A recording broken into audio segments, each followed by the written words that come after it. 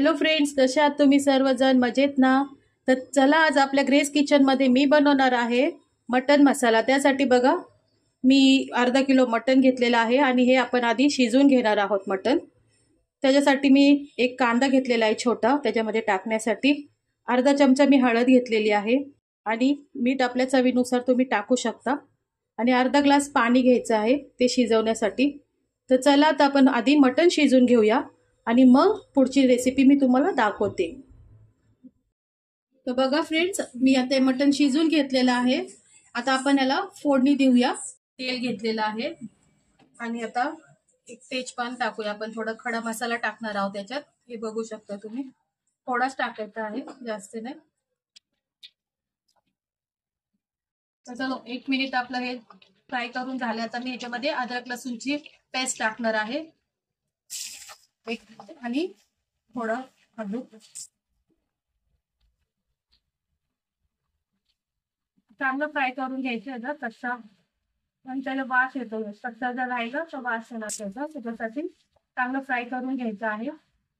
आणि मी याच्यामध्ये कांदा बरिस्ता टाकणार आहे, जो फ्राय केलेला आहे मी आधीच, तो टाकणार आहे याच्यामध्ये. तर बघा झालं फ्राय. आता मी बरिस्ता हात जो तळून घेतलेला कांदा आहे तो टाकत आहे मी याच्यामध्ये. याला काही जास्त फ्राय करायची गरज नाही, ऑलरेडी आपण तो फ्राय करून घेतलेला आहे. तर हे असं एक मिक्स करून घेतल्यानंतर आपण याच्यामध्ये लगेच मसाले टाकून घेऊया आपले. याच्यामध्ये मी थोडी हळद घालणार आहे. आधी पण आपण थोडी हळद टाकलेली होती शिजताना मटन. हळद, थोडीशी हळद, 1 टेबलस्पून हा मी धना पावडर टाकत आहे. आणि तिखट तुम्ही तुमच्या मर्जीनुसार, म्हणजे तुम्हाला जसं चालतं तिखट तसं तुम्ही टाकू शकता. मी 1 टीस्पून हा मसाला टाकलेला, मिरची पावडर 1 आणि थोडा अर्धा अजून वरती टाकत आहे. चांगलं मिक्स करून घ्यायचं.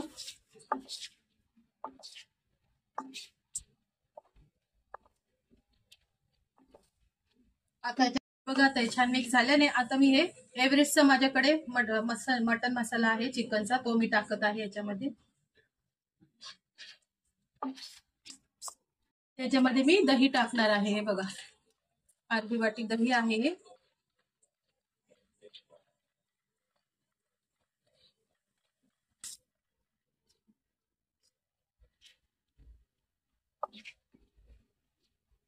ते छान फ्राय करून घ्यायचं आहे.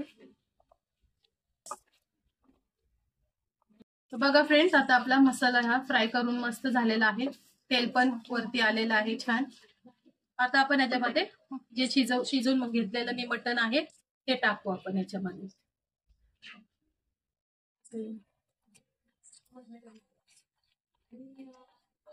हे बघा ताई, चांगलं आपलं टाकून घेतलेलं आहे मी मटण शिजलेलं जे. आता ह्याला मी एक उकळी येऊ देणार आहे आणि मग बंद करणार आहे गॅस आणि ह्याच्यावर मस्त कोथिंबीर वगैरे टाकणार आहे आणि मग आपण सर्व करू. तर चला फ्रेंड्स, आपला बघा रेडी झालेला आहे मसाला, मटन मसाला. बघू शकता तुम्ही किती छान तरी पण आलेली आहे त्याला मस्तपैकी. आणि आपण मीठ आधीच टाकलेलं होतं शिजताना, त्याच्यामुळे मी परत मीठ टाकलेलं नाहीये, तेवढं इनफ होतं. आता आपण मस्त त्याच्यावर कोथिंबीर टाकून घेऊया. तुम्ही हे पाव बरोबर खाऊ शकता, चपाती भात कशा बरोबर ते तुम्ही खाऊ शकता, तुम्हाला जे हवं ते.